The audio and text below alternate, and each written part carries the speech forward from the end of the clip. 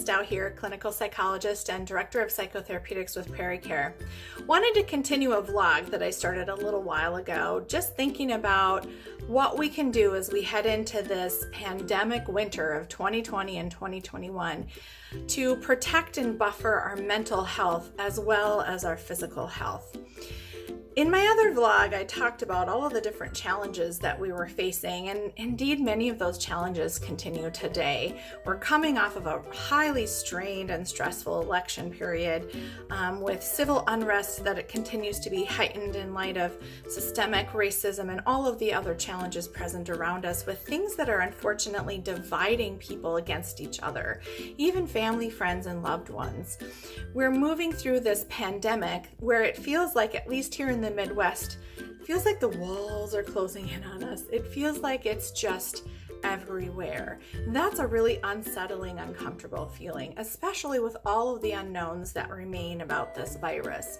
We're moving into this winter period now where we're having to pull many of our kids from school, for those of us that are parents, and engage in distant learning while somehow managing to continue to function as adults, and for many of us working at the same time.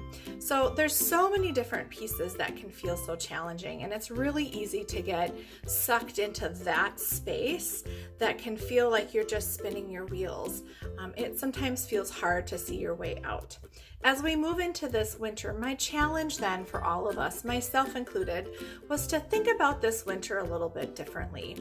Yes, many of the things we would normally do to stay connected are taken away from us right now. As long as this pandemic is a serious threat, things are going to be different.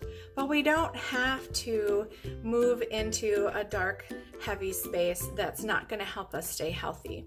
There are ways that we can think about this winter that will move it to be more memorable in other ways beyond just having this pandemic ongoing. So my challenge to us was to think about, what would your vision or your mission be for moving through this winter?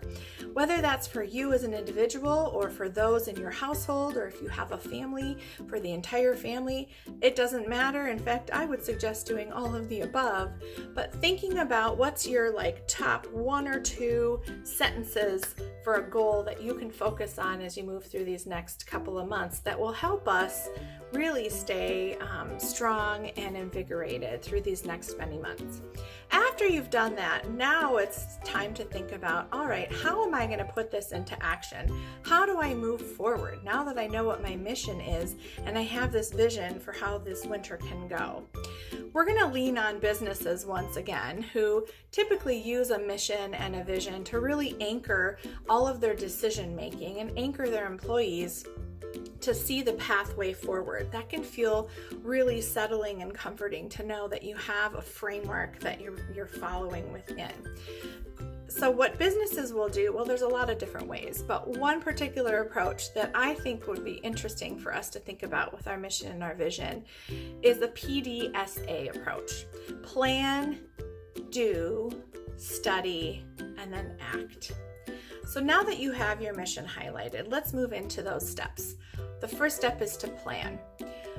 One of the key things to do is to really do some clear defining about what would some successes be as you move through on your pathway towards your vision.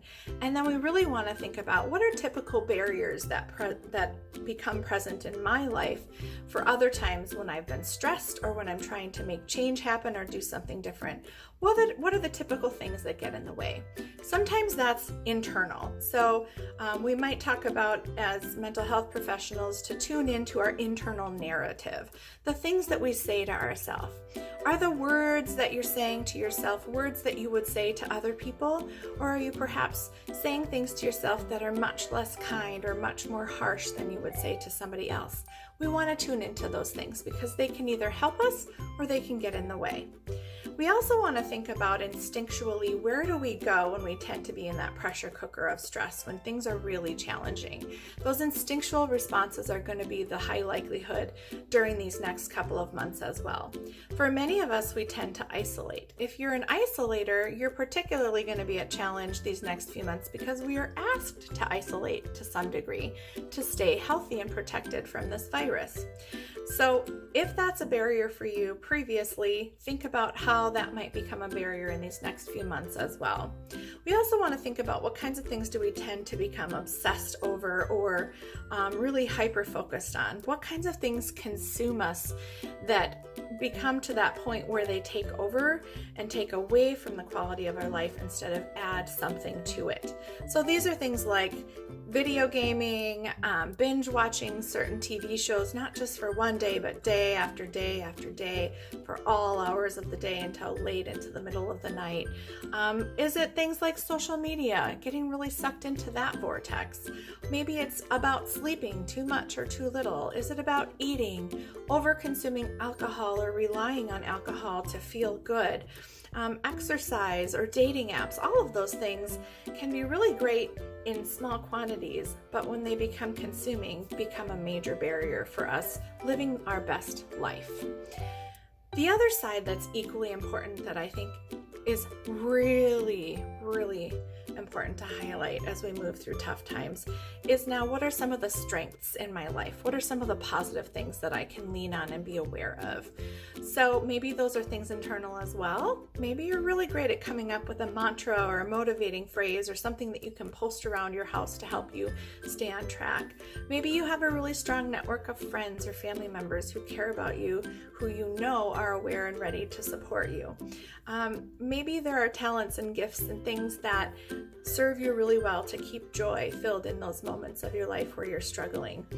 Those are all things to be aware of as well. Once you've highlighted the barriers and the strengths, let's get those written down somewhere that you can refer back to as you need to moving through this journey. That's going to be important. When you hit a snag, you want to be able to look back and remind yourself, oh yeah, what are some things that I can do to get through this? And that will help you move forward. So that's the plan part. The next part is do.